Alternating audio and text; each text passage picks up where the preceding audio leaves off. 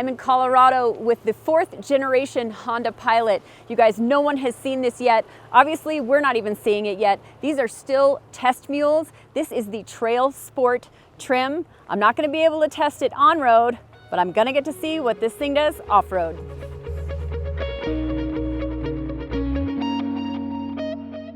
The TrailSport will land mid-pack in the Pilot trim walk, and we're still expecting that to include the EX, EXL, Touring, and Elite trims that we're familiar with.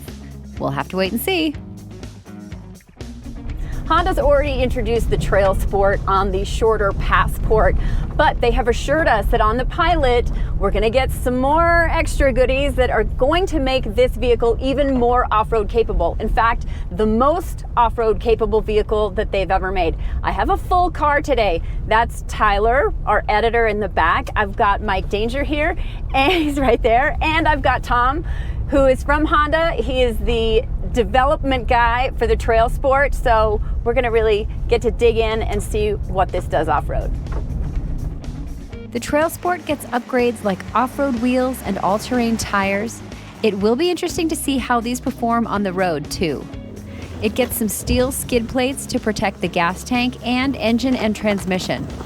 You also get a full-size spare under the rear and recovery points in the front and in the tow hitch just in case you get stuck. Structurally, the Pilot gets more rigid, up to 60% more front lateral rigidity and 30% rear damper torsion. There are stabilizer bars that optimize for off-road, but should also make things smooth on the road.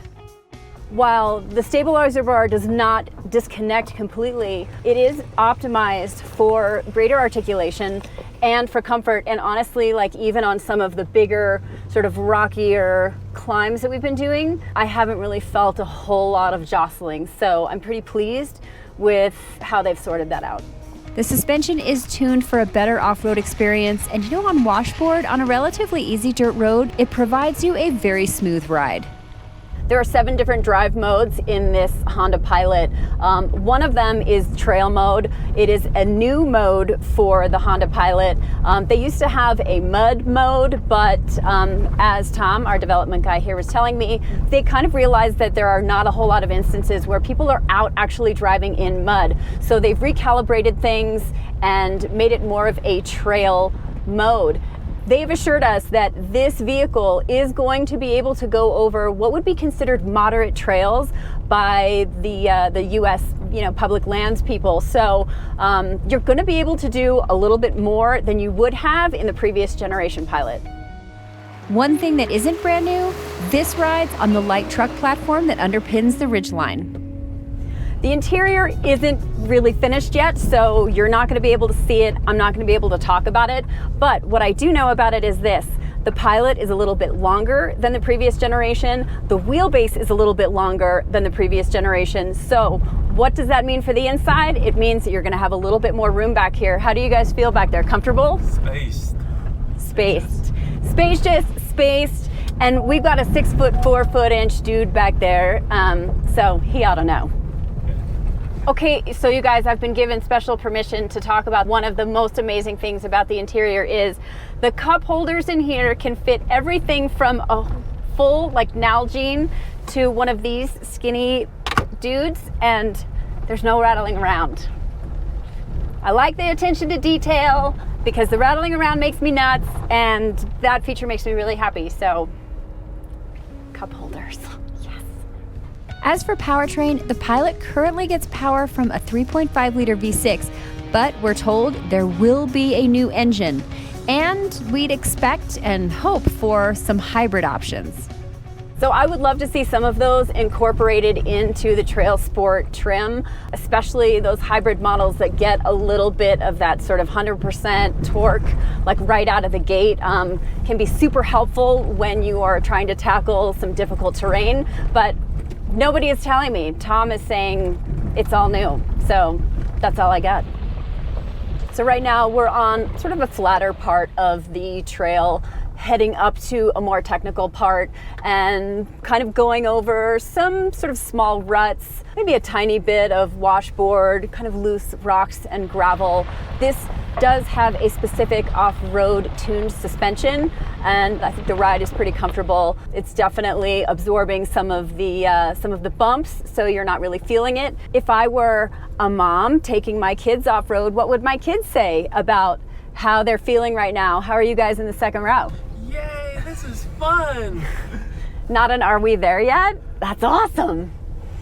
So yeah, so far so good. I mean, it's handling things pretty well. If there's a little bit of slippage, I'm definitely not feeling it.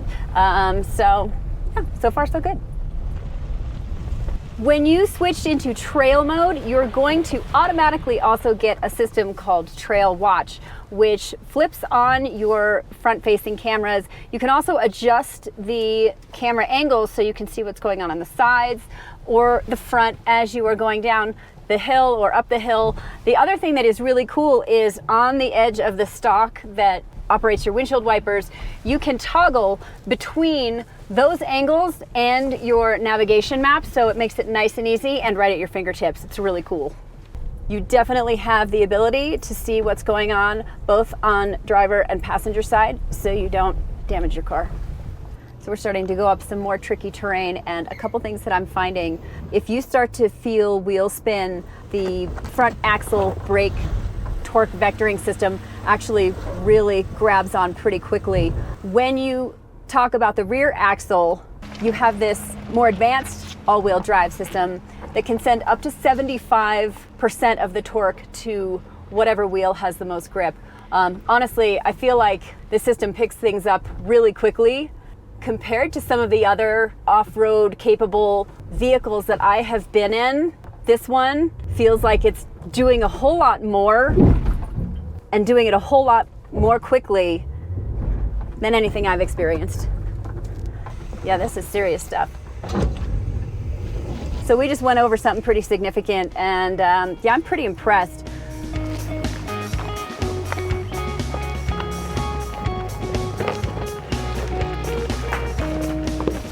We are got hill descent control on right now. It can modulate speed between 2 miles an hour and 12 miles an hour. So if you go any faster than that, it will automatically disengage. Right now, 2 miles an hour, going down some pretty loose, slippery rocks. It's also raining right now, so we get the extra added bonus of slippery.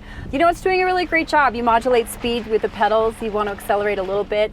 You do that with the throttle and then with the brake to slow down. I'm a fan of these systems. I think they actually work really well. This one, to me, is doing a great job.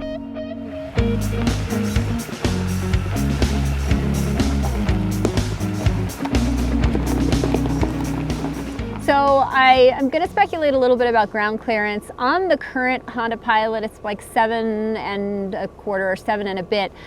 They did say that this gets an extra inch. And just looking at what the low point is under here, I'm gonna guess that it's probably like 8 and a bit or around 9 inches of ground clearance, but probably less than 10. So we don't have approach or departure or breakover angles at this point, but all of that will be coming when we get it. I wasn't allowed to drive the Pilot on the road, not even to get to the trailhead, so those impressions are gonna have to wait, sorry. But hey, if you subscribe to the KBB YouTube channel, you won't miss them when they come out. Pricing on the current Pilot model starts around $40,000, but with this redesign, we do expect that to go up, maybe closer to 42 or 43 grand. There are so many options for 3-row SUVs these days, including the Kia Telluride, Hyundai Palisade, Toyota Highlander, and Nissan Pathfinder.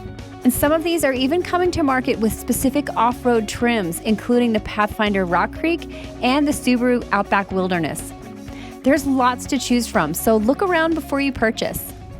When you are ready to buy your car, KBB can help you with that too. If you go to the link in the description, then you will be taken to the Kelley Blue Book page that gives you a fair purchase price on your new Honda Pilot.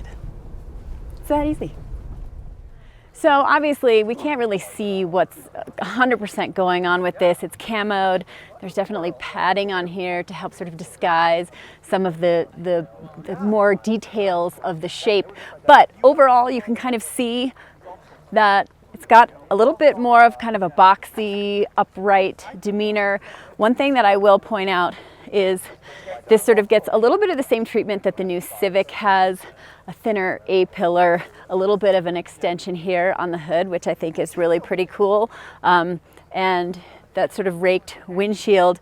And if you come into the back, again, we can't really see a whole lot of contour going on here, but I really do like this rear spoiler.